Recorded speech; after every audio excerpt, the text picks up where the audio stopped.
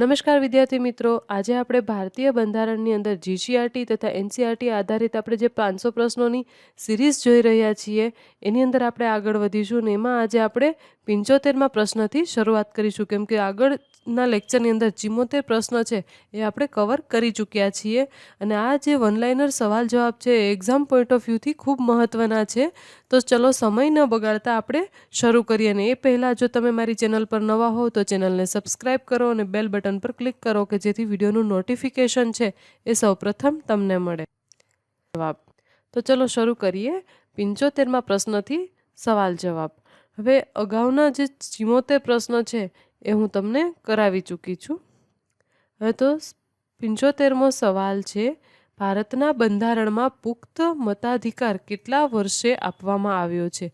તો કે 18 વર્ષની ઉંમરે આપણે મત આપી શકીએ. પછીનો સવાલ છે, ભારતમાં હાલમાં કેટલી હાઈકોર્ટ છે? ભારતની અંદર અત્યારે 25 હાઈકોર્ટ છે એ કાર્યરત છે.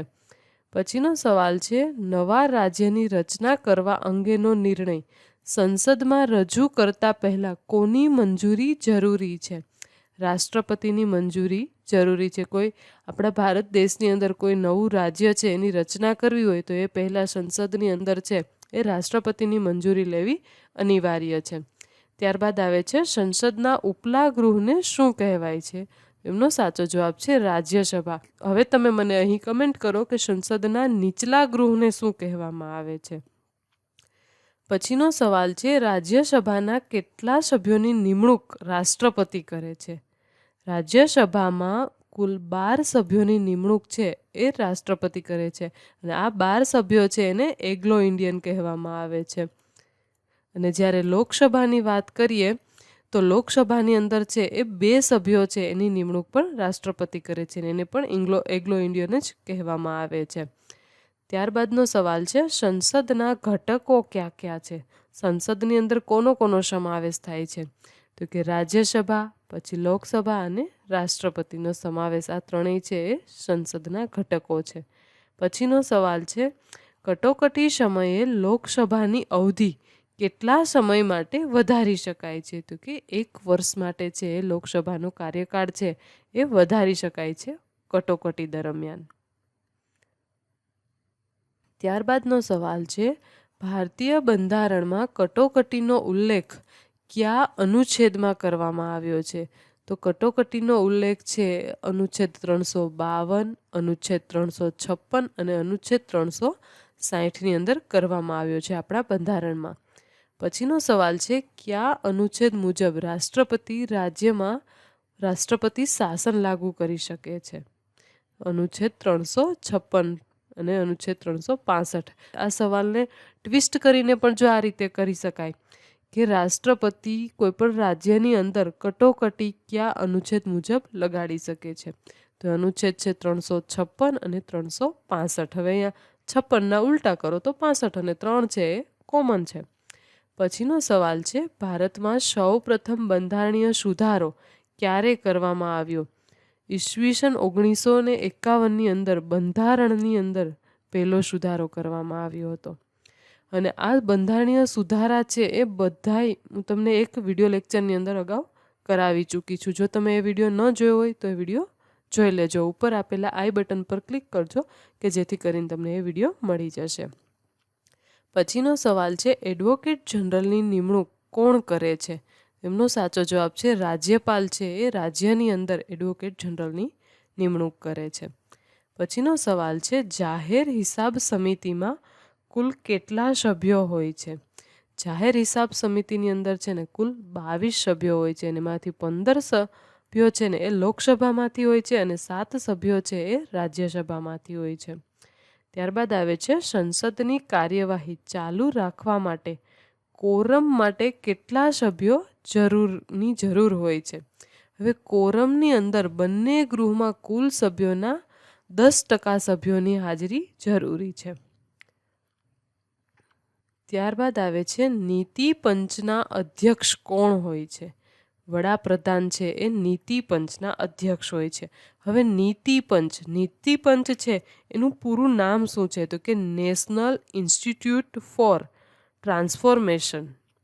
નીતિ પંચ, નીતિ પંચનું ફૂલ ફોર્મ શું છે? National institution for transforming India. NITI પંચનું ફૂલ ફોર્મ છે. હવે એની સ્થાપના ક્યારે કરવામાં આવી હતી? હવે નીતિ પંચની સ્થાપના છે 1 જાન્યુઆરી 2015ના રોજ કરવામાં આવી હતી. અને એના અધ્યક્ષ કોણ હોય છે? તો કે હોદ્દાની રૂએ છે એ વડાપ્રધાન છે એ નીતિ આયોગના અધ્યક્ષ હોય છે. અને એમનું નીતિ આયોગનું કાર્ય શું હોય છે? તો કે દેશના વિકાસ માટેની નીતિઓ બનાવી અને લાંબા ગાળાની યોજના અને દિશા નક્કી કરવી એ નીતિ પંચનું કાર્ય હોય છે. ત્યારબાદ આવે છે સેન્ટર વિજિલન્સ કમિશનનું કાર્ય શું છે? તો એમનો સાચો જવાબ છે ઉચ્ચ ક્ષેત્રમાં થતા ભ્રષ્ટાચારની ઘટનાઓની તપાસ કરવાનું કાર્ય છે એ સેન્ટર વિજિલન્સ કમિશનનું છે. હવે આ સેન્ટર વિજિલન્સ કમિશન છે એની સ્થાપના ક્યારે કરવામાં આવી હતી? ઈસવીસન 1964ની અંદર આ સેન્ટર વિજિલન્સ કમિશન છે એમની સ્થાપના કરવામાં આવી હતી. અને એમનો કાનૂની દરજ્જો છે ને એ 2003ના રોજ એમને કાનૂની દરજ્જો મળ્યો હતો. તો એમની સ્થાપના થઈ હતી અને 2003ના રોજ એમને કાનૂની દરજ્જો મળ્યો હતો.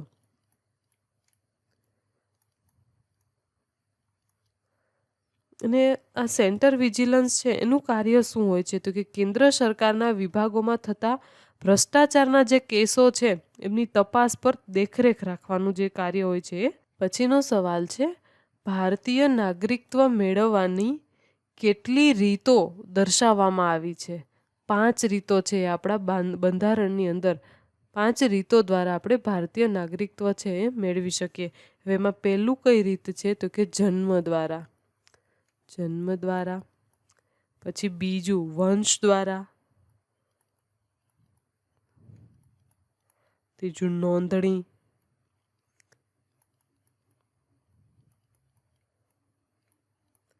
ચોથું નાગરિકીકરણ દ્વારા.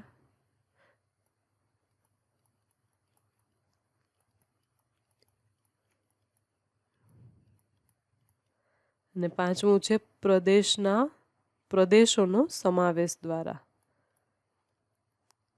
પ્રદેશોનો સમાવેશ દ્વારા. પછીનો સવાલ છે કયા બંધારણીય સુધારાથી પ્રાથમિક શિક્ષણને મૂળભૂત અધિકારમાં સ્થાન આપવામાં આવ્યું છે?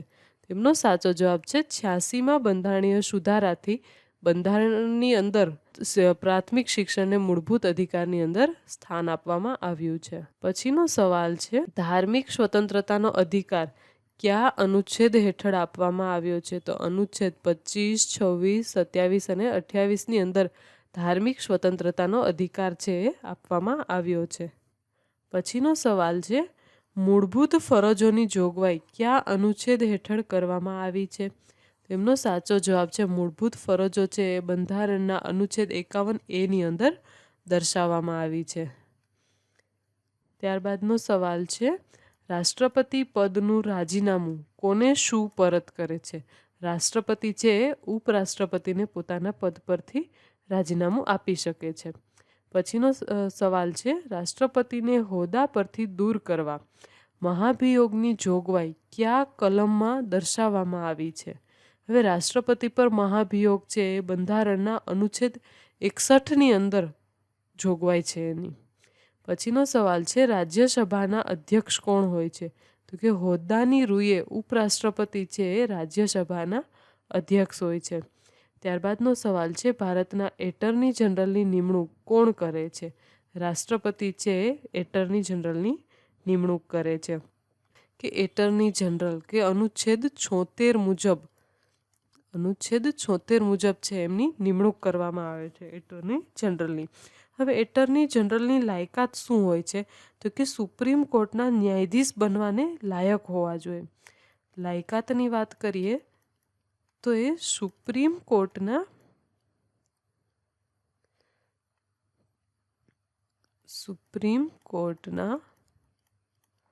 ન્યાયાધીશ ને સમકક્ષ એની લાયકાત હોવી જોઈએ. પછી એમનો કાર્યકાળ ક્યાં સુધીનો હોય છે? તો કે રાષ્ટ્રપતિની મરજી સુધીનો એમનો કાર્યકાળ હોય છે. જ્યાં સુધી રાષ્ટ્રપતિની મરજી હોય ત્યાં સુધી એ પોતાના પદ પર રહી શકે છે. પછી એમનું પદ છે એ ભારતના સરકારી પ્રથમ કાયદા અધિકારી તરીકેનું છે. જો ભારતના પ્રથમ કાયદા અધિકારીની વાત કરવામાં આવે તો એ કોણ હોય છે? Attorney general. પ્રથમ કાયદા અધિકારી. ત્યારબાદનો સવાલ છે, એટર્ની જનરલનું કાર્યકાળ કેટલા સમય માટે હોય છે? તો અહીંયા આપણે કીધું ને કે જ્યાં સુધી રાષ્ટ્રપતિની મરજી હોય ત્યાં સુધી એટર્ની જનરલ છે એ પોતાના પદ પર રહી શકે છે. પછીનો સવાલ છે, રાષ્ટ્રપતિ પાસે વીતી ગયેલા મંત્રીમંડળને ફરીથી પદ પર મૂકવાનો અધિકાર છે? ના, નથી. રાષ્ટ્રપતિ પાસે જો કોઈ મંત્રીમંડળ છે એ ન હોય, અત્યારે હાલની તકે જ કોઈ મંત્રીમંડળ ન હોય અને એમને લઈ આવવું હોય ફરીથી, તો એવો કોઈ અધિકાર છે એ રાષ્ટ્રપતિ પાસે છે નહીં. ત્યારબાદનો અને લાસ્ટ સવાલ છે, ચૂંટણીનું પ્રચાર કાર્ય ક્યારથી સમાપ્ત થાય છે? તો એમનો સાચો જવાબ છે, ચૂંટણીની તારીખની 36 કલાક પહેલાં છે ચૂંટણી પ્રચારનું કાર્ય છે એ સમાપ્ત કરી દેવાનું હોય છે. ધન્યવાદ. જો તમને મારો આજનો આ વિડીયો પસંદ આવ્યો હોય તો ચેનલને સબસ્ક્રાઈબ કરો, બેલ બટન પર ક્લિક કરો અને વિડીયોને શેર કરો. અને હા, મને કમેન્ટમાં જરૂરથી કહો કે સંસદનું નીચલું ગૃહ છે એને આપણે કયા નામથી ઓળખીએ છીએ? સવાલનો જવાબ છે એ મને કમેન્ટ બોક્સની અંદર જરૂરથી કહેજો.